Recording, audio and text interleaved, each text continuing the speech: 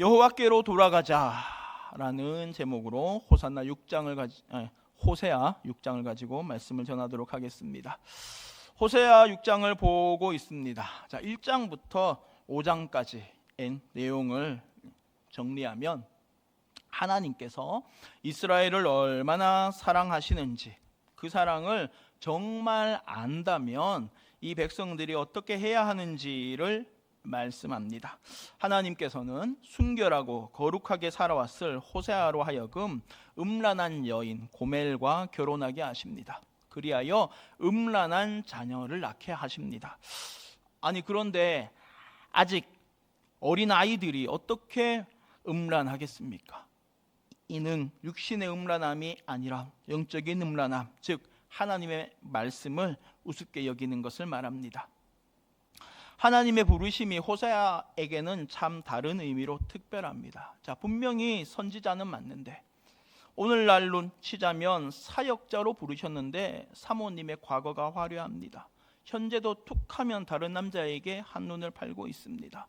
세 자녀가 있는데 아버지의 하나님은 우습게 여기고 엄마를 따라 우상을 섬기러 다닙니다. 이것이 호세아가 기도하며 꿈꾸던 인생은 아닐 것입니다.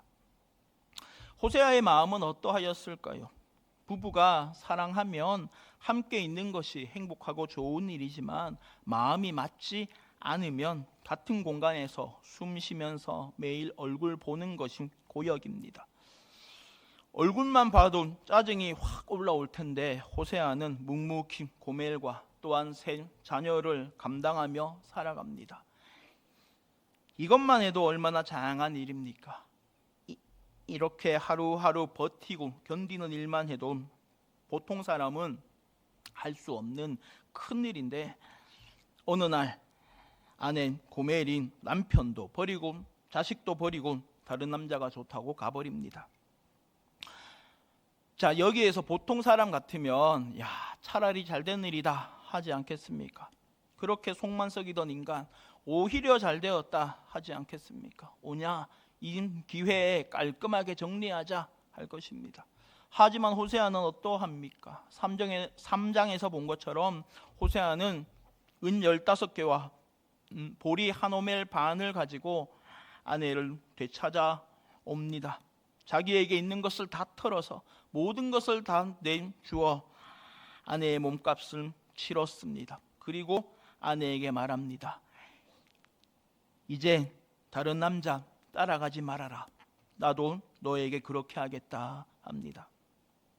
아무리 생각해봐도 이만한 사랑과 배려를 받을 자격도 필요도 없는 여자를 위하여 자기의 모든 것을 바친 남자가 내어놓는 참으로 소박한 요청입니다. 누가 이것을 무리한 요구라고 하겠습니까? 오히려 최소한인 도리입니다. 서로 간에 최소한인 도리가 이제까지 지켜지지 않았음에도 부부관계가 유지되어 온 것은 호세아의 일방적인 사랑과 헌신, 용서와 배려 때문임을 알 수 있습니다. 이것이 이스라엘을 향한 하나님의 마음입니다. 이들이 하나님의 사랑을 받았습니다. 그들의 혈통이 특별해서가 아닙니다. 남달리 사랑스러워서도 아닙니다. 그저 하나님께서 그들을 사랑하시기로 작정하셨기에 그 사랑을 받은 것입니다. 그러나 이렇게 놀라운 사랑을 받고 있음에도 끊임없이 하나님으로부터 멀어지려고 애를 씁니다. 하나님 품에 안겨서 그 사랑을 힘입어 살아왔음에도 흘깃흘깃 세상의 것들에 한눈을 팔고 마음을 뺏깁니다. 하는 짓이 고멜과 꼭 닮았습니다. 하나님께서 원하시는 것은 이들의 진정한 회개입니다. 그리하여 4장, 5장에서 이들의 죄를 조목조목 지적하십니다. 위로부터 아래까지 제사장이나 왕족이나 일반 백성이나 다 마찬가지입니다. 이들이 회개하라고 하나님께서 고난을 주셨음에도 앗수르를 의지하고 있습니다. 이리하여 하나님께서는 마침내 심판을 선포하십니다. 회개하고 돌아오지 않으면 심판이 있을 것입니다. 그 내용이 호세아 5장의 마지막 부분입니다. 하나님께서 젊은 사자같이 그들을 찢고 탈취할 것입니다. 그때야 비로소 그들이 하나님께 나아오려고 할 것입니다. 여기까지가 호세아 5장까지의 내용입니다. 자, 이렇게 하여 오늘 함께 호세아 6장으로 넘어갑니다. 우리 모두가 하나님의 말씀 앞에 겸손히 서서 하나님의 음성을 듣고 그 말씀의 무게를 감당할 수 있는 믿음의 사람들이 될 수 있기를 축복합니다. 자, 우리 먼저 1절부터 3절까지의 말씀입니다. 자, 1, 2, 3절의 말씀 함께 읽겠습니다. 시작. 오라, 우리가 여호와께로 돌아가자. 낫게 하실 것이요 우리를 치셨으나 싸매어 주실 것임이라. 여호와께서 이틀 후에 우리를 살리시며 셋째 날에 우리를 일으키시리니 우리가 그의 앞에서 살리라. 그러므로 우리가 여호와를 알자. 힘써 여호와를 알자. 그의 나타나시면 새벽빛같이 어김없나니 비와 같이 땅을 적시는 늦은 비와 같이 우리에게 임하시리라 하니라. 아멘. 호세아 6장은 우리가 잘 알고 있는 유명한 회개의 외침으로 시작합니다. 아마 이 본문으로 설교도 많이 들어보셨을 줄로 압니다. 이 구절, 그러니까 호세아 6장 1, 2, 3절을 호세아 선지자가 이스라엘 백성에게 하는 말로 본다면 하나님의 은혜를 선포하며 회개를 촉구하는 메시지입니다. 자, 그런데 오늘 이 시간에는 조금 다르게 보기를 원합니다. 호세아 5장에서 이어지는 흐름에 따라 하나님께서 이스라엘을 젊은 사자처럼 찢어 심판하시는 이날에 백성들이 서로 하는 말로 본다면 해석이 달라질 것이기 때문입니다. 하나님의 은혜와 사랑에도 불구하고 하나님을 떠나 제멋대로 살아가던 이들입니다. 회개하고 돌아오기를 기다리시던 하나님께서 마침내 이들에게 고난을 주셔서 혹독한 벌이 찾아옵니다. 젊은 사자가 먹잇감을 사냥할 때처럼 인정사정 없이 찢어 발겨집니다. 그때야 비로소 알게 됩니다. 그들의 병과 상처가 세상의 능력으로는 낫지 않을 것이라는 것을 말입니다. 자, 모든 것을 아시는 하나님께서는 음란한 이스라엘 백성들이 도저히 자신들의 힘으로 감당할 수 없는 어려움을 당하여 하나님께 돌아갈 수밖에 없게 되었을 때, 다시 말하여 다른 모든 선택지가 없어져 버리고 회개밖에 남지 않아서 어쩔 수 없이 회개할 수밖에 없을 때에 이들이 어떤 말을 할 것인지도 다 알고 계십니다. 바로 그 말이 호세아 6장 1절부터 3절까지입니다. 자, 우리 1절부터 3절의 말씀을 한 번 더 읽어보도록 하겠습니다. 시작. 오라, 우리가 여호와께로 돌아가자. 도로 낫게 하실 것이요 우리를 치셨으나 싸매어 주실 것임이라. 여호와께서 이틀 후에 우리를 살리시며 셋째 날에 우리를 일으키시리니 우리가 그의 앞에서 살리라. 그러므로 우리가 여호와를 알자. 힘써 여호와를 알자. 그의 나타나심은 새벽빛같이 어김없나니 비와 같이 땅을 적시는 늦은 비와 같이 우리에게 임하시리라 하니라. 아멘. 이스라엘 백성은 죽을 지경입니다. 살아날 방법이 모두 막히고 의지할 것이 다 사라졌습니다. 자, 단 하나의 선택지만 남았습니다. 어쩔 수 없이 하나님을 붙들어야 합니다. 이들이 좋아서 하는 일이 아닙니다. 하지만 죽을 지경이 되었어도 알량한 자존심이 살아 있습니다. 하나님께 돌아갈 수밖에 없는 상황이 이르렀을 때에 이제 하나님께 돌아가자 합니다. 요즘은 세상이 좋아져서 핸드폰만 보면 어떻게 길을 찾아가는지 잘 나옵니다. 어느 버스 정류장에서 몇 번 버스를 타고 어디서 내려서 어느 방향으로 몇 미터 가면 된다고 친절하게 다 알려줍니다. 심지어 내가 타야 할 버스가 몇 분 후에 오는지까지 다 나옵니다. 이 핸드폰이 시키는 대로만 하면 처음 가는 길도 잘 갈 수 있습니다. 어느 날 제가 개인적으로 인천을 갈 일이 있었습니다. 갈 때에는 이렇게 핸드폰을 의지하여서 잘 찾아갔습니다. 그런데 볼일을 마치고 나니 알량한 자존심이 생겼습니다. 야, 너 나이가 몇 살인데 핸드폰 시키는 대로 살 거냐? 그냥 맞은편 가서 아무 버스나 타서 어디든지 지하철역으로만 가면 부천역으로 갈 수 있지 않겠냐 하는 생각이 나서 그렇게 했습니다. 그렇게 정말 아무 버스는 탔더니 아무 데나 갑니다. 이 버스가 아닌가 싶어서 얼른 내려 다시 다른 버스를 탔습니다. 가다 보면 지하철역이 나오나 했더니 점점 더 삭막한 광경이 펼쳐지고 버스 안에 운전하는 사람, 저랑 사람이 없습니다. 야, 이러다가 돌아가겠지 하고 기다리다가 결국 제가 어디까지 갔느냐? 연안부두까지 갔습니다.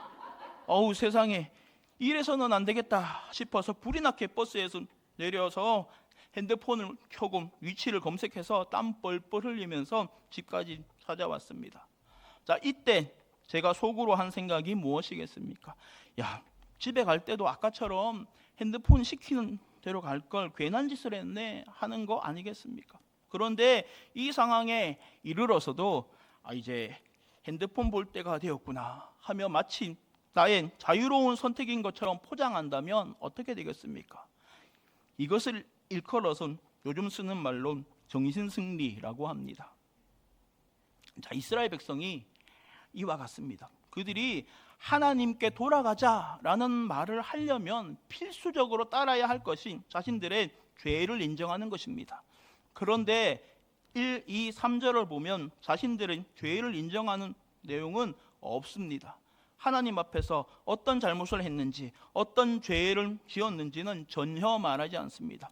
그저 하나님은 우리를 낫게 하실 것이다. 우리를 싸매 주실 것이다. 그것도 속히 이루실 것이다. 이틀, 사흘 만에 뚝딱 이 모든 문제를 해결하실 것이다. 그러니 하나님께 돌아가자. 하나님은 신실하시니 이번에도 우리를 용서해 주실 것이다 라고 합니다. 죄의 실체라고는 하나도 없는 허울뿐인 회개의 메시지입니다. 우리가 주께 이러이러하게 범죄하였습니다 하는 내용은 쏙 빠져 있습니다. 그저 우리가 하나님께 돌아가면 하나님은 우리를 살리실 것이고 우리를 회복시키실 것이고 하나님은 새벽빛같이 늦은 비와 같이 어김없이 임하실 것이다. 하나님은 원래 그런 분이시니까 하고 있을 뿐입니다. 호세아의 지극한 사랑으로 집으로 되돌아온 고멜이 다시 다른 남자와 눈이 맞아서 집을 나가려고 주섬주섬 짐을 싸는 모습을 상상해 봅시다. 혼잣말로 이렇게 말하고 있습니다. 호세아는 나를 또 찾으러 올 거야. 그러면 돌아와야지. 혹 상처를 받았더라도 집에서 푹 쉬면 다시 괜찮아질 거야. 호세아는 어김없이 날 찾으러 올 거야. 원래 그런 사람이니까. 이 얼마나 뻔뻔한 이야기입니까? 자, 이러면 정신을 차린 것입니까? 아직 제정신이 아닌 것입니까? 제정신이 아니어도 한참 아닙니다.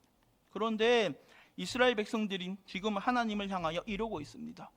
음란한 백성들이 자존심은 얼마나 강한지 모릅니다. 그리고 얼마나 교묘하게 하나님의 말씀을 이용하는지 모릅니다.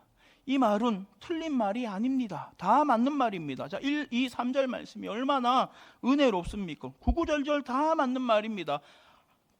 그런데 이것이 진정한 회개가 아니라 그저 인생의 소나기를 피한 임시병통일 뿐이라면 하나님께서 기뻐하시겠습니까? 값을 매길 수도 없는 하나님의 사랑을 자신들에게 유리하게 해석하기만 하는 이스라엘을 향한 분노가 생기지 않습니까? 이것은 하나님의 사랑을 아는 것이 아니라 그 사랑을 이용하는 것에 불과합니다. 자, 그런데 말씀의 영이신 성령 하나님의 도우심으로만 알게 되는 것이 있으니 이것이 바로 내 모습이라는 것입니다.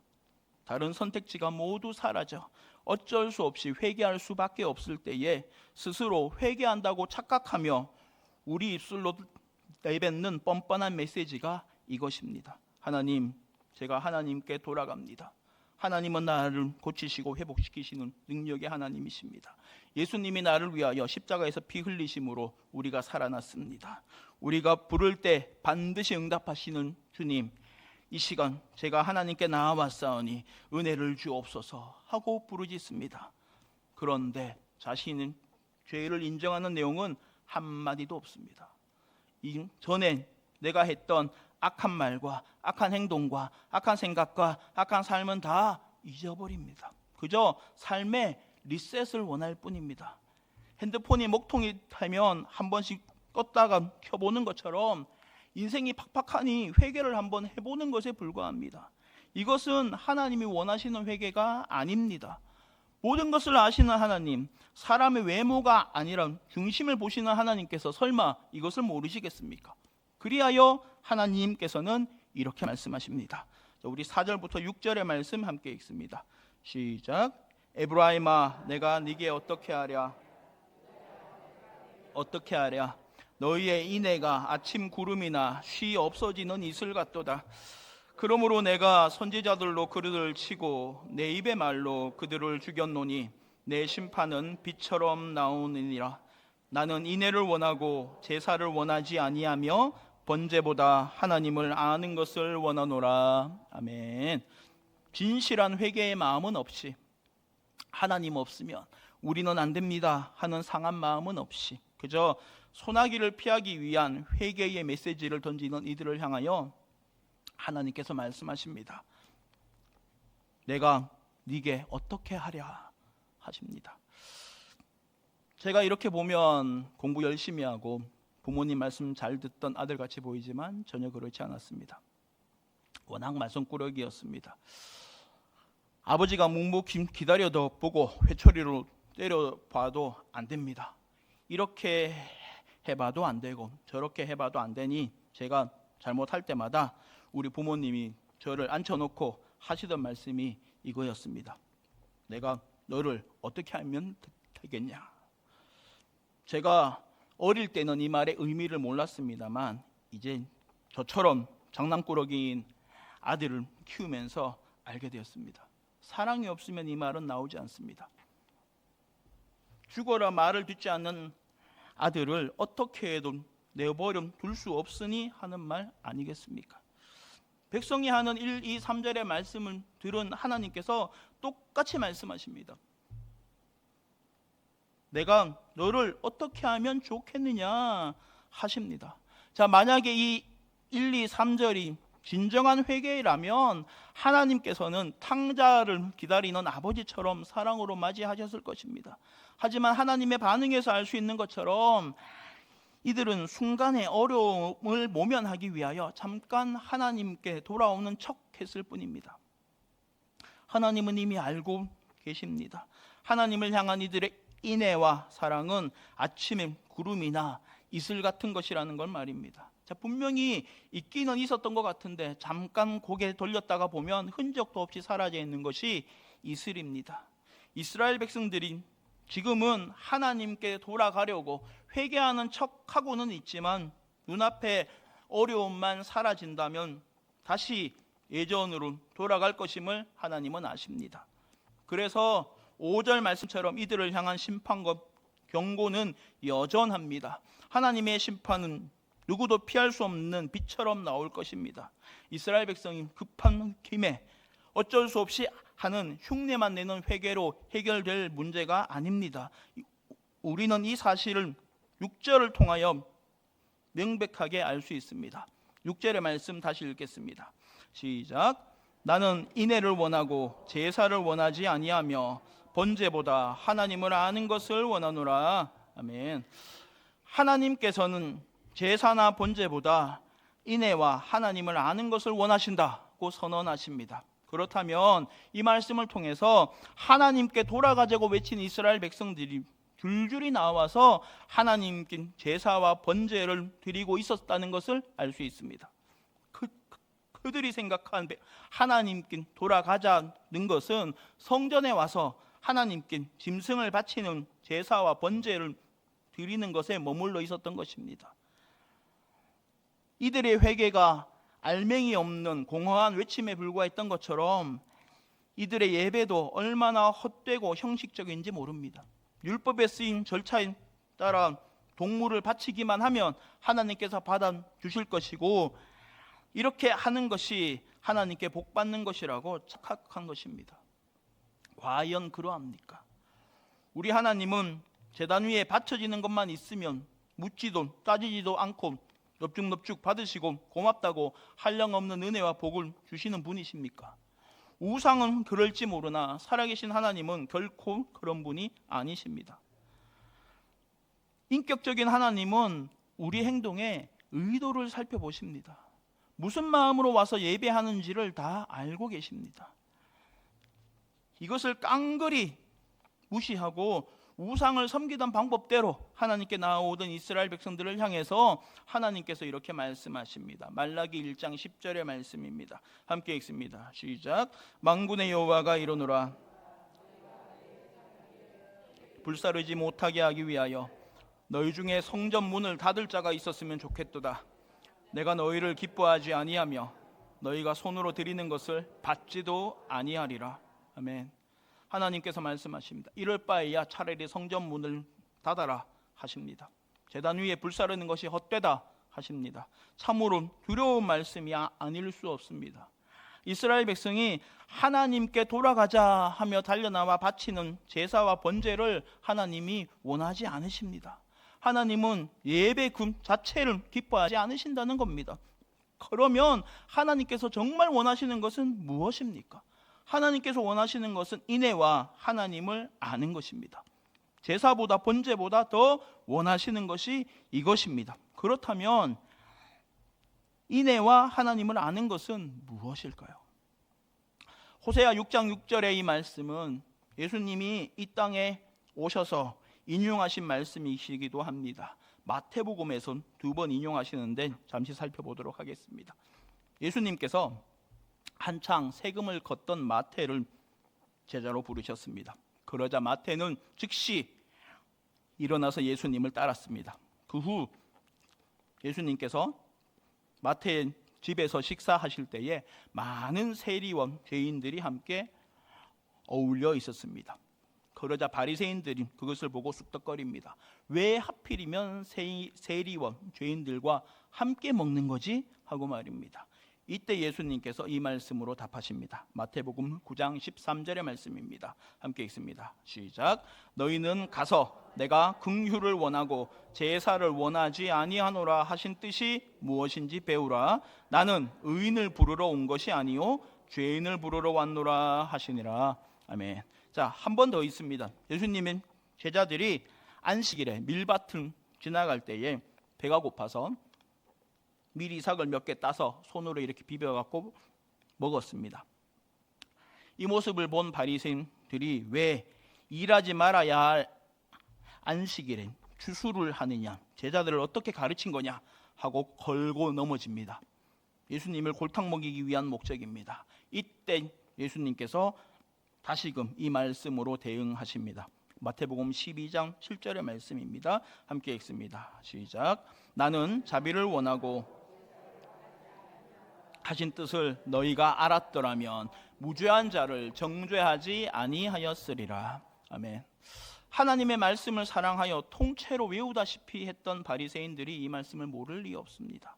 하지만 이들은 말씀은 알지언정 그 속에 담긴 뜻은 몰랐습니다. 하나님께서 제사보다 인애와 긍휼과 자비를, 번제보다 하나님 아는 것을 원하신다는 것은 이런 뜻입니다. 하나님께서는 형식적인 신앙생활이 아니라 삶으로 나타나는 실천, 다시 말해 예수를 믿음으로 나타나는 인격과 성품의 변화를 원하신다는 것입니다. 이스라엘 백성이 하나님께 돌아가자 합니다. 하지만 이들은 일제히 나와 짐승을 바치며 제사에 열중할 뿐입니다. 예배의 횟수만 많아졌을 뿐 삶의 변화는 없습니다. 여전히 음란하고 여전히 범죄합니다. 여전히 하나님과 세상 사이에서 갈팡질팡합니다. 예배 횟수가 늘어나고 교회에서 보내는 시간이 많아지니 남들보다 자기가 더 의로운 줄 알고 다른 사람을 정죄하는 것이 취미생활이 되었습니다. 나는 세리원, 죄인 같은 사람들과는 질적으로 다르게 의로운 존재라고 여깁니다. 하나님의 말씀을 빠삭하게 알고 조금도 틀림없이 제사를 드리고 있는 바리새인들에게 예수님께서 이 말씀으로 대응하십니다. 하나님께서는 제사보다 인애를 원하신다는 그 말의 뜻을 너희가 정말 알고 있는 것이냐? 이 시간 성령 하나님의 도우심으로 이 말씀인 내 말씀 되기를 원합니다.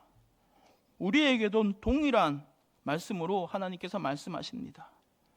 우리의 회개는 예배에 더 많이 참석하는 것으로 끝나지 않습니다. 여러 가지 사정으로 조금 쉬던 헌신을 다시 시작한다고 회개가 완성되는 것이 아닙니다. 나의 회개를 되돌아보기 원합니다. 회개하여 열심을 내는 것은 좋습니다. 부지런히 말씀을 듣는 것 물론 좋은 일입니다. 하지만 회개한 후에 내 삶에 나타난 변화가 예배 참석 횟수가 늘어난 것 말고 교회 봉사를 더하는 것 말고 또 무엇이 있습니까? 하나님께서 원하시는 참된 회개는 인애와 하나님을 아는 것입니다. 하나님을 사랑하고 이웃을 사랑하는 것입니다. 여기까지 나아가야 합니다. 단순히 예배 횟수가 많아진다고 신앙의 회복이 되는 것이 아니라는 것입니다. 인격과 성품의 변화가 없는 예배의 회복은 가짜입니다. 인애와 하나님을 아는 것보다 제사와 번제 자체에 집중하게 되면 바리새인처럼 자기 의를 쌓아 올리게 됩니다. 오히려 내 많은 예배가 자기 의가 되어 다른 일을 판단하게 됩니다. 하나님께서 정말 바라시는 것은 우리가 예배를 많이, 헌신을 많이, 봉사를 많이 하는 것이 아닙니다. 하나님은 이것으로 만족하는 분이 아니십니다. 혹여나 제 말을 오해하지는 않으시겠죠. 저는 예배나 헌신이 가치가 없다, 아무런 의미가 없다 하는 말을 하는 것이 절대로 아닙니다. 예배나 헌신이 없어서는 안 됩니다. 우리는 항상 예수의 이름을 의지하여 감사의 제사를 드리며 하나님께 나아가지 않습니까? 그런데 예배나 헌신 그 자체에 만족해서는 안 된다는 말을 하는 것입니다. 예배나 헌신보다 하나님께서 우리에게 원하시는 것은 우리가 예수님을 닮아가는 것이고 하나님의 뜻이 내 뜻이 되는 것입니다. 바울이 예수를 만나 변화되듯이 우리도 예수를 만나 변화되기를 하나님께서 원하십니다.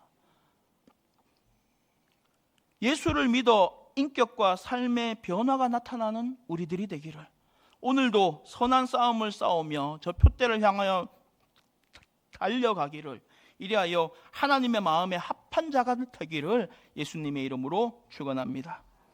우리 마지막 7절부터 11절의 말씀 함께 읽겠습니다. 시작. 그들은 아담처럼 언약을 어기고 반역하였느니라. 길르앗은 악을 행하는 자의 고울이라. 피 발자국으로 가득 찼도다. 강도떼가 사람을 기다린 같이 제사장의 무리가 세겜길에서 살인하니 그들이 사악을 행하였느니라. 내가 이스라엘 집에서 가증한 일을 보았나니 거기서 에브라임은 음행하였고 이스라엘은 더럽혀졌느니라.